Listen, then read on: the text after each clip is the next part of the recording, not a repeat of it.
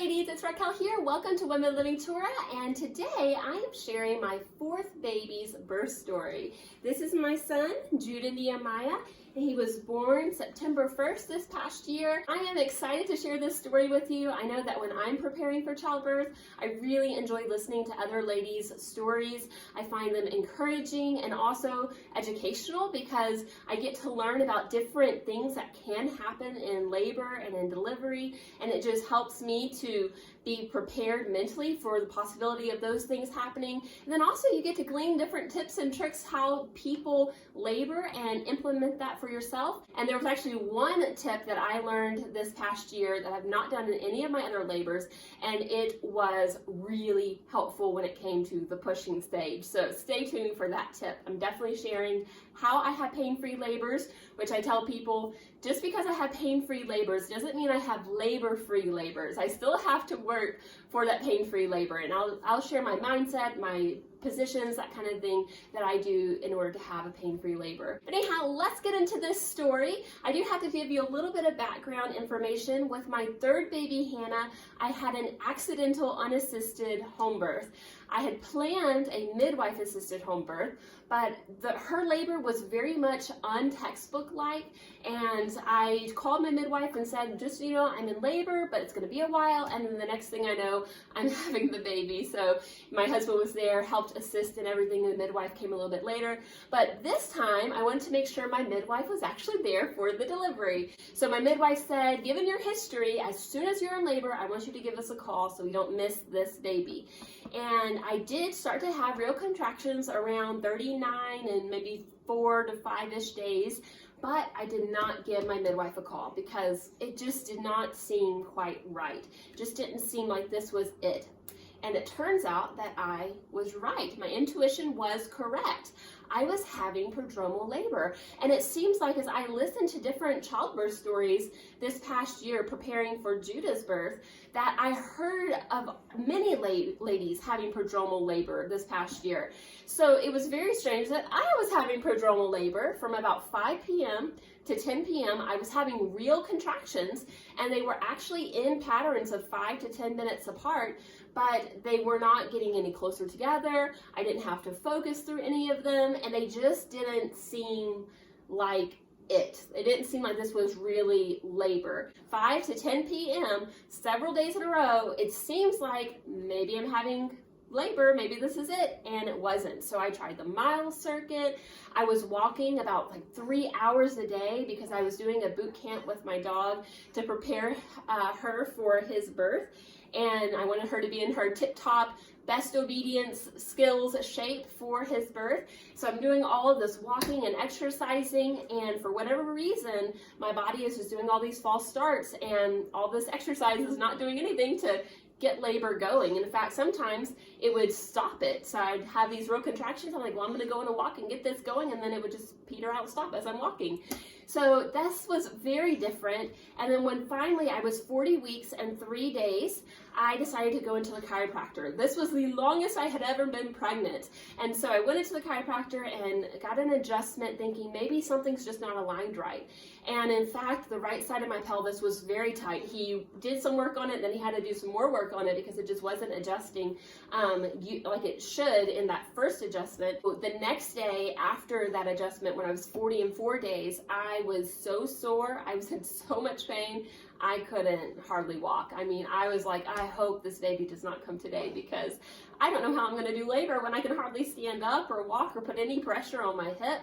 But the next day, when I was 40 weeks and 5, which was a Thursday, I woke up with my husband at 4:30 a.m. to see him off to work, and I just felt like something was different. I wasn't really having any contractions. There was nothing to indicate that baby's coming, there was no bloody show or anything like that, but I just had this feeling like, I don't know if you should go into work. I feel like something wants to happen today. But after over a week of prodromal labor, I can't keep my husband home from work forever, so I sent him off, and I did have real contractions all throughout the day Thursday. And I was starting to have more frequent and loose stools, so I knew something was going on. But they were not contractions that were strong. They weren't increasing in intensity. They weren't becoming more frequent.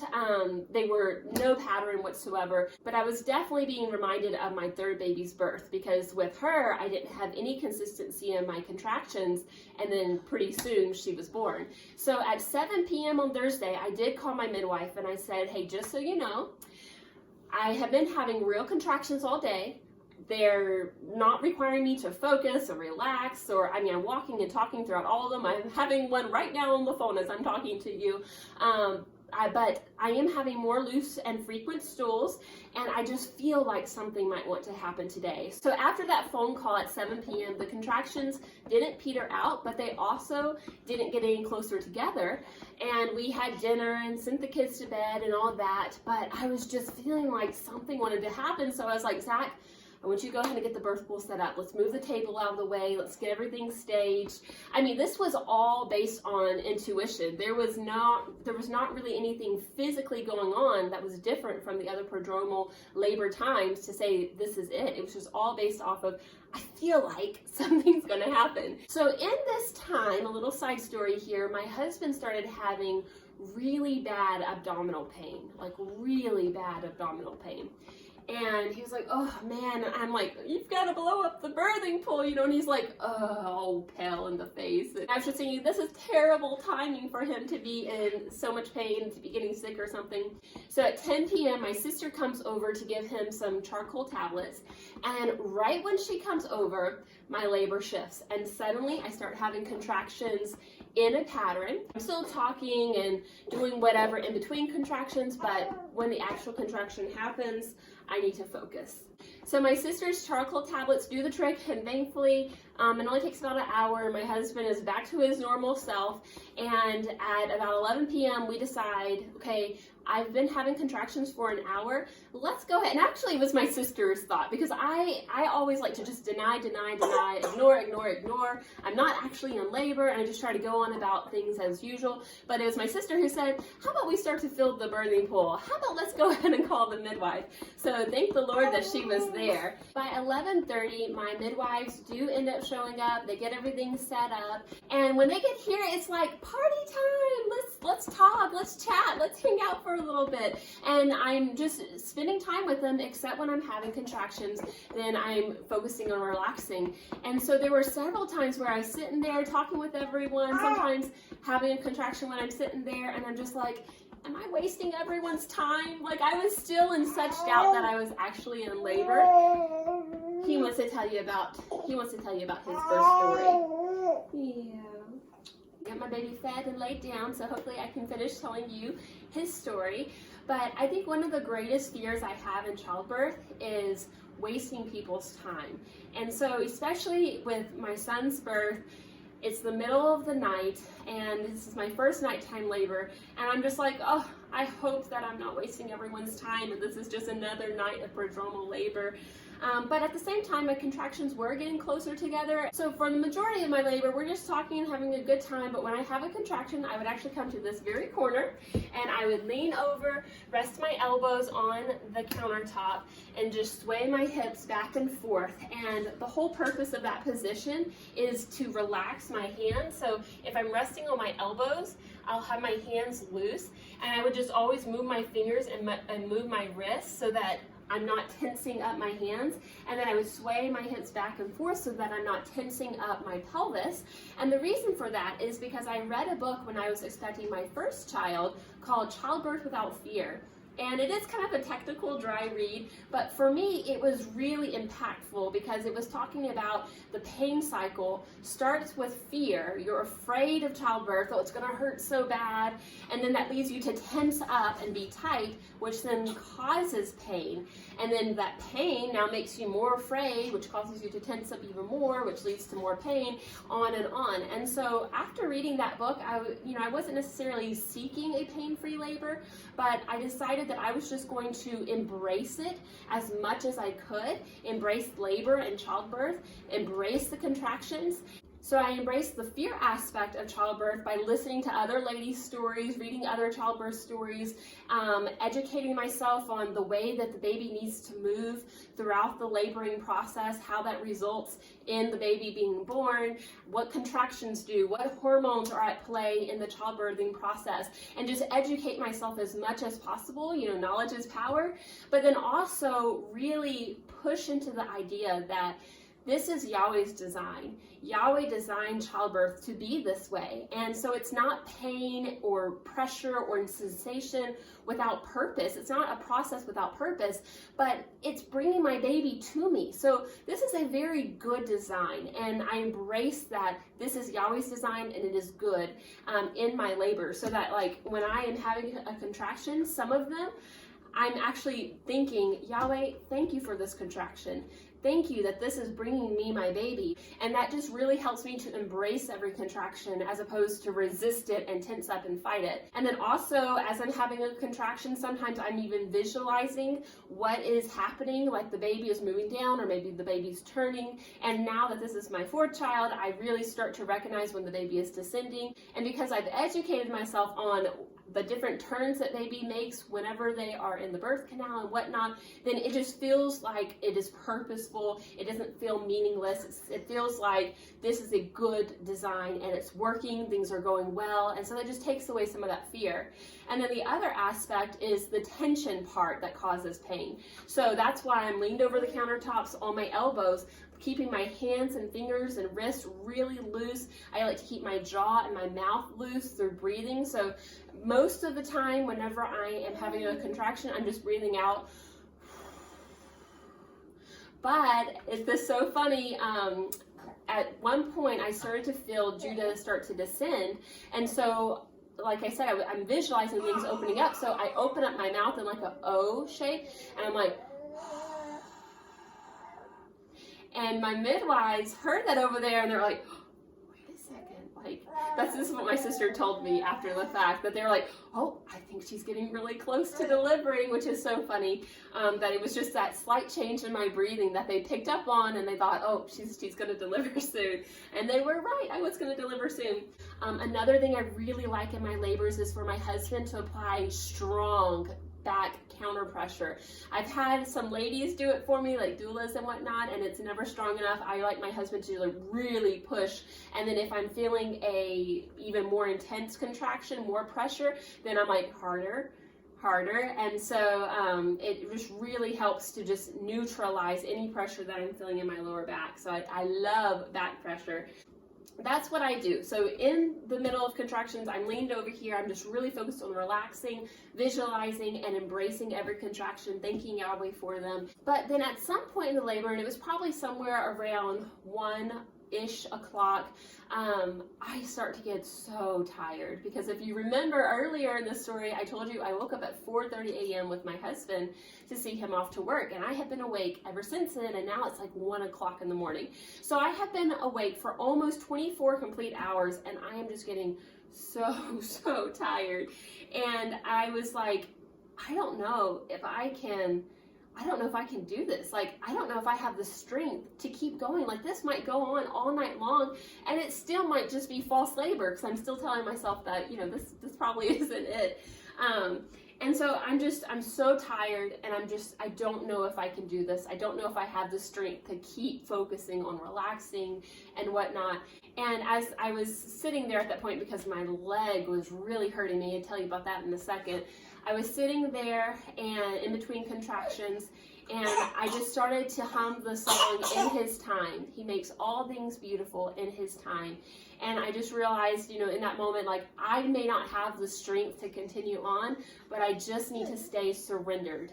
I don't have to be strong in this moment. I just need to be surrendered to Yahweh's design. So it was about that time when I'm just like, I don't know if I can, I'm just so tired. I don't know if I can keep doing this, that I did start to feel baby descending. My breathing started to change to that sound. So my midwives, they're hearing that too. They decided to get the birthing pool heated back up again, and they asked me if I wanted to get in. Well, my right leg gets really bad varicose veins in pregnancy. My leg was so swollen. It was in so much pain. I could hardly stand on it. So I was sitting down between every contraction, even though they were starting to come, like one every minute or so. I had to sit down. My leg was in so much pain. So I was like, you know what? Warm water sounds like it would be a great idea on this leg, but I really like laboring leaning over the countertop.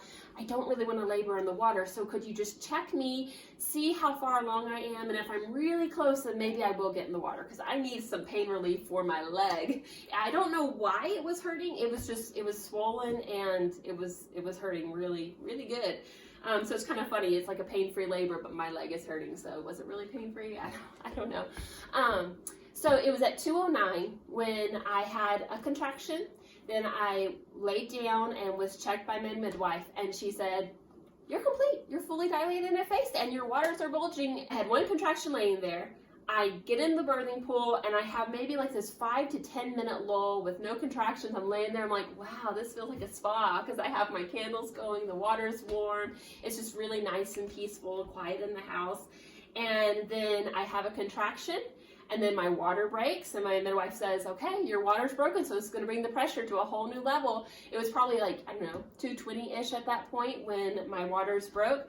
And then next thing I know, my body is pushing for me, and the pressure is really, really strong. So my strategy in labor, in the pushing part, is to have a paper bag, and I breathe into that paper bag, or whatever I need to do, but it's just like hearing my breath in the paper bag, and then also feeling it hitting my skin. Just, I don't know, for whatever reason, it grounds me, and it keeps me from panicking or feeling fear or tensing up or whatever. It gives me a job to do, I think. And then the other thing that I was focused on doing, which was the new tip that I received that made a huge difference, is turning my knees inward in the birthing pool. So you would think you're going to give birth to a baby, you would open your legs up. Well, obviously your legs do need to be open, but you need to turn your knees inward, because that opens up your pelvis to its widest point, allowing for the baby to come through. My sister's physical therapist told her that trick. So I was like, I'm trying that this time. And sure enough, I did tear, but I did not tear so badly that I had to get stitches. This is the first baby I've not had to have stitches. So definitely try that trick if you're going to be having a baby soon. Turn your knees inward. Or if you just test it out, like sit down on the chair and put your hands underneath your booty bones and turn your knees out and turn your knees in, and you will notice that when you turn your knees in, those bones go out. Your pelvis opens up. When you put your knees out, your pelvis bones come in, closing your pelvis up to a smaller point. So I was just focused on those two things. I am not going to push. I'm just going to let my body do the pushing, because I feel like that's the most gentle way to get him here. I'm just going to breathe into my paper bag, and I'm going to keep my knees inward. And so it was maybe like 3 contractions, and he was born. He was here. When his head came out, he had the cord wrapped around his neck. So my midwife just quickly unwrapped that, picked him up and put him on my chest, and I immediately saw my husband's face. It was just, I'm like, oh my goodness, it looks just like Zach. And then I couldn't help but keep remarking, he is so precious. I mean, you hold a newborn baby for the first time, and it's so precious. They're so sweet and soft and cute, and it is a wonderful feeling when that baby comes up on your chest and is there, and you get to meet the little one that you've been carrying for all those months. It's just really special. Now, something that did happen in the pushing stage, which was not necessarily great, was I was visualizing what it was looking like as my body was pushing the baby out as he was crowning and whatnot. I couldn't help myself. The visual imagery was there, and I felt like a sheep. Because 3 months before, we had been assisting our sheep as they gave birth, and it's not really a pretty picture. So I was just visualizing that happening as my baby is being born, and it took me like a good month to kind of get that picture out of my head and to feel human again. Yeah, that was a really strange twist to this labor story, was that I really felt like a sheep for that 15 minutes of pushing. It was really strange. Also, with the cord, we noticed that he had a true knot, which is one of the miracles of Yahweh's design. If the umbilical cord gets a actual knot in it, the knot can move up and down on the cord so that none of the blood or nutrients are restricted to the baby at all, which is just really cool. So he had a true knot. And another thing we noticed right away was how clear the water was. This was my first baby to not hemorrhage, so I didn't have to have a shot of Pitocin. They gave me Angelica root right away. I think they gave me a couple of doses actually of Angelica root tincture. So this was my first baby to not hemorrhage with, to not have Pitocin with, to only have a very minor tear, like I mentioned, that did not have to be stitched up. So this was just fantastic. My placenta did want to take some time to come with him. My last two, they just came right away, but with my firstborn, it took 45 minutes for the placenta to come. So with Judah's placenta, it was 40 minutes, but when it came out in its entirety, no retained placenta or anything. It was a very healthy looking placenta, and we were sitting in the living room, and the midwives were just getting everything cleaned up while I'm holding my baby. And I guess when he, made his first cry when he was born, my other children heard him, and they woke up and came out into the living room, and they got to meet Judah for the first time. And I was just so thankful, because if it had been a daytime labor, my sister was going to come pick up my kids, and then it would be, who knows how long before they get to meet the babies. But because it was a nighttime labor, my kids got to wake up and immediately meet their newest little brother. So that was really special, and I was just so thankful that Yahweh gave me the desire in my heart with that. At 2:34 in the morning on a Friday, my son, Judah Nehemiah, was born, and he is my little pattern breaker. So all of my other babies have been descending in birth weight from 9 pounds 8 ounces down to 7 pounds 7 ounces. He wanted to be right in the middle at 8 pounds and 7 ounces, and he is 21 3/4 inches long, so quite a long baby. He also had the night labor, whereas all my others were day labors. He was my first baby to be born in a season other than winter, and he was my latest gestation. He had, my first baby to have prodromal labor with, so he just wanted his own story. And although Judah's birth was really positive, it was 4 hours long, so very fast. He was out within 15 minutes. It was pain-free. I didn't hemorrhage, all these great things. In many ways, it was also my most difficult labor, just because it was so late at night, and I had been awake since 4:30 that previous day, and I was just so tired, and I just felt like I couldn't go on. I need to go to sleep. I'm so tired. I can't do this. But from that came a really valuable lesson, and actually I feel like his name ties into his own story really well, and that is, when you feel like you can't go on anymore, when you feel like you have reached the brink of your ability or of your capacity to endure something, it's the end of the line for you, just surrender. You don't have to continue striving. You don't have to continue working and laboring. Just surrender. That season of stretching is going to pass in Yahweh's time. That's not a pun. No pun intended there. But, that season is going to pass. It's not going to be forever. So just surrender and continue to praise Yahweh and continue to embrace his ways. Judah Nehemiah means I give praise, Yahweh comforts, and he truly does. He truly does comfort. I've mentioned before on this channel that I went through a really deep, dark, depressing time when we were living in Texas, but Yahweh sustained me. He supported me. He comforted me. And now with the birth of my baby, I thought, I can't go on any longer, Yahweh. I can't endure anymore. I'm so tired. And he continued to comfort me. He continued to give me strength. So that is just such a precious lesson learned from my baby's birth. And I'm so grateful that Yahweh does sustain us. He does comfort us. We just have to stay surrendered to his ways. So thank you so much for hearing my baby's birth story. I hope it was a blessing to you. And until next time, I pray that Yahweh would bless you and keep you. I'll talk with you later. Goodbye.